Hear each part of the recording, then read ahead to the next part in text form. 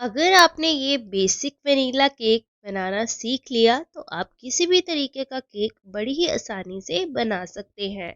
इसको soft and spongy कैसे बनाना है ताकि ये फूला फूला बने और इसमें ना तो कोई कंडेंस्ड मिल्क, ना ही अंडे का यूज हुआ है और ना ही हमने ओवन का यूज किया है, और इसको हमने तवे पे बनाया है। और तवे पे ये केक कैसे बनाना है इसके लिए मैं आपके साथ कुछ टिप्स एंड ट्रिक्स शेयर करने वाली हूँ इस वीडियो में, जिनसे आपका केक भी फूला फूला बनेगा और बिल्कुल भी बीच में से नहीं बैठेगा और कच्चा भी नहीं रहेगा, ना ही चिपचिपा होगा।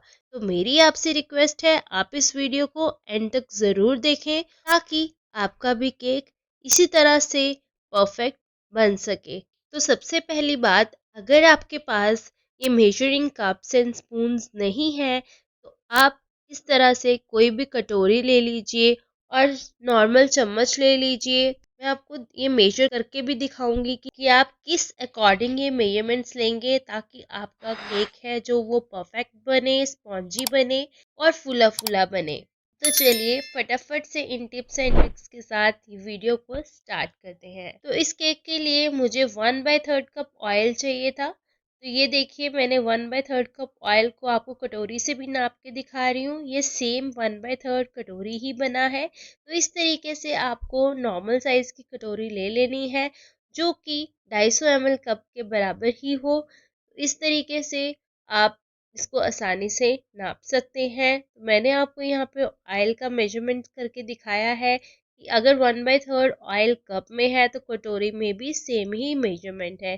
तो चलिए सबसे पहले हम अपना जो देसी ओवन है वो रेडी कर लेते हैं। यहाँ पे मैंने गैस के ऊपर तवा रखा है, तवे पे मैंने स्टैंड रखा है और इसको हम 10 मिनट के लिए लो फ्लेम पे इसको गरम कर लेंगे, प्री हीट कर लेंगे और इसको आप ऊपर से कवर करके रख दें। जैसे मैंने यहाँ पे तीली से कवर किया है, इस तरीके से हमें अच्छे से कवर करके इसको 10 मिनट के लिए प्री हीट करना होगा। देखिए साइड से बिल्कुल भी हवा बाहर नहीं जानी चाहिए, एकदम कवर होना चाहिए ये। और जब तक प्री हीट हो रहा है ये, तब तक हम अपना जो है बैटर रेडी कर लेते हैं। तो इसमें हम लेंगे 1 कप दूध। तो एक टिप ये है कि आप जो दूध लेंगे वो एकदम गुनगुना ना ले, गुनगुने से हल्का सा गर्म ले, ठीक है, ताकि जब हम इसको बाद में फेंटेंगे तो ये ठंडा ना हो, गुनगुना ही रहे। तो इस दूध में हम डालेंगे 1/3 कप ऑयल। वो सनफ्लावर ऑयल लें जिसमें कोई भी फ्रेग्रेंस ना हो। और अब हम इसमें डालेंगे चीनी। तो चीनी मैंने यहाँ पे ली है 3/4 कप। और अगर हम इसको भी कटोरी से नापेंगे तो ये कटोरी भी 3/4 कप ही होगी। तो इस तरीके से आपको मेजरमेंट्स का बहुत ही ध्यान रखना है।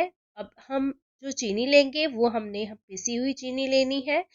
और अगर आपके पास पिसी हुई चीनी नहीं है तो घर पे ही पीस के उसको अच्छे से छान लें और वो हम इसमें ऐड कर देंगे और इसको हम अच्छे से विस्क कर लेंगे।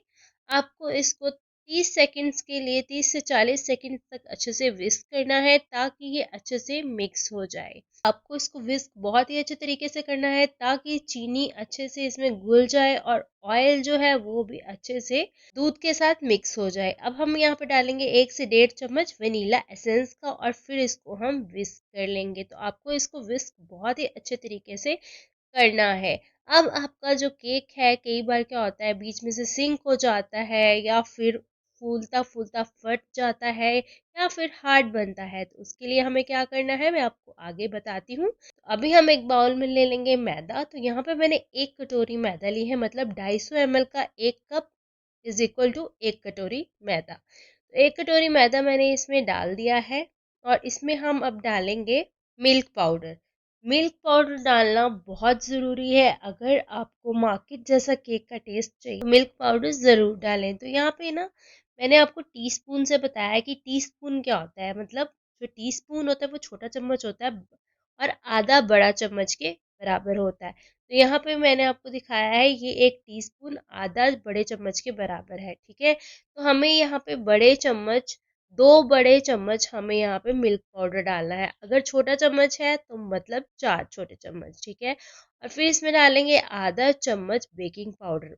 अगर बड़ा चम्मच है तो वो आधा चम्मच डालेंगे। अगर छोटा चम्मच है मतलब टीस्पून है तो वो 1 चम्मच डालेंगे यहाँ पे, ठीक है।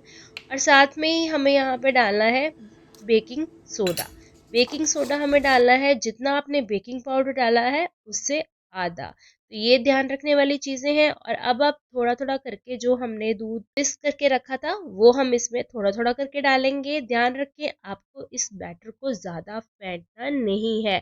अगर आप ज़्यादा फेंटेंगे तो ये जो है एक चिपचिपा सा बनेगा, बीच में से सिंक हो जाएगा।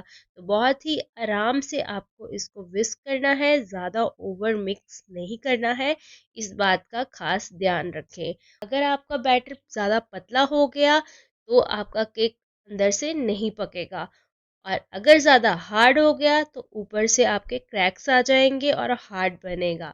और यहाँ पे डालेंगे हम 1 चम्मच विनेगर का। जी हाँ, वाइट विनेगर मैंने यहाँ पे डाला है। इससे केक बहुत ही अच्छा फूलता है। इसको डाल के ज़्यादा इसको मिक्स नहीं करना है, थोड़ा सा मिक्स करना है। ये देखिए इस तरह की कंसिस्टेंसी होनी चाहिए, ना तो पतली ना तो हार्ड। और यहाँ पे हमारा जो है ये ओवन रेडी हो चुका है। तो यहाँ पे मैंने ना केक टिन में पहले से ही बेकिंग पेपर लगा लिया था। ऑयल को ग्रीस कर लें टिन में और बेकिंग पेपर लगा लें और उसमें ये बैटर आप ऐड कर दें। और फिर इसको ऊपर से अच्छे से ढक के उसी पतीले से हमें इसको पकाना है। इसको पकने में 45 टू 50 मिनट्स तो लग ही जाते हैं। लो फ्लेम पे आपको पकाना होगा। जब मैंने इसको 40 मिनट के बाद उठाया और चेक किया मैंने इसको, देखिए कितने अच्छे से ये फूला है, ऊपर से बिल्कुल भी नहीं फटा है। तो मैंने यहाँ पे चेक किया तो ये मुझे ना थोड़ा सा कच्चा लगा, तो मैंने इसको दोबारा से पकने के लिए रख दिया 10 मिनट के लिए। तो ये पूरे 50 मिनट्स में मेरा ये केक बन के रेडी हुआ। तो 50 मिनट्स के बाद जब मैंने ये चेक किया तो इसमें बहुत ही अच्छा सा कलर आ चुका था। और मैंने टूथपिक से चेक किया तो ये एकदम से पक चुका था। टूथपिक एकदम क्लीन बाहर आई है और ये बहुत ही अच्छे से बन चुका है। देखिए इन मेजरमेंट्स के साथ कितनी ही आसानी से और कितनी बढ़िया तरीके से ये केक बन के रेडी हुआ है। अब हम इस केक को ठंडा होने के लिए रख देंगे। और एक टिप ये है कि जब भी आपने इसको डीमोल्ड करना है एकदम ठंडा करके ही डीमोल्ड करना है। गर्म में आपको इसको डीमोल्ड नहीं करना है। तो देखिए ये किस तरीके से मैं डीमोल्ड कर रही हूँ। मैंने एकदम इसको ठंडा कर लिया है, मतलब नॉर्मल रूम टेम्परेचर पे आ गया है ये। और मैं इसका बेकिंग पेपर यहाँ उतार लूँगी। तो ये बहुत ही अच्छे से पक चुका है, आपको देखने में पता लग रहा होगा। इसका बेस भी बहुत ही अच्छे से पका है, बिल्कुल भी ये कच्चा नहीं है। अब मैं आपको इसको प्रेस करके दिखाती हूँ। देखिए कितना स्पॉन्जी बना है, कितना फूला फूला बना है, बहुत ही अच्छा बनता है। अब आपको इसको स्टोर कैसे करना है, हमें इसको क्लिंग रैप कर देना है। आपको इस तरीके से इसको क्लिंग रैप करना है कि इसमें बिल्कुल भी हवा ना घुसे। और इसको अच्छे से ऊपर नीचे साइड से अच्छे से रैप करके हम इसको फ्रिज में रख देंगे। अब आपको इसको जब भी आइसिंग करनी हो तो इसको एकदम ठंडा करके ही आइसिंग करनी होगी, ताकि जब आप इसको स्पॉन्ज को कट करें तो इसके क्रम्स बाहर ना आए। तो इस तरीके से आप इसको फ्रिज में स्टोर करके रख सकते हैं। नेक्स्ट डे या जब भी आपको ये केक बनाना है आप इस स्पॉन्ज को यूज कर सकते हैं। देखिए कितना ही सुंदर ये फूला फूला सा केक स्पॉन्ज बन के रेडी हुआ है। तो इन टिप्स एंड ट्रिक्स के साथ आप बहुत ही आसानी से केक स्पॉन्ज बना सकते हो और कोई भी केक आसानी से बना सकते हो।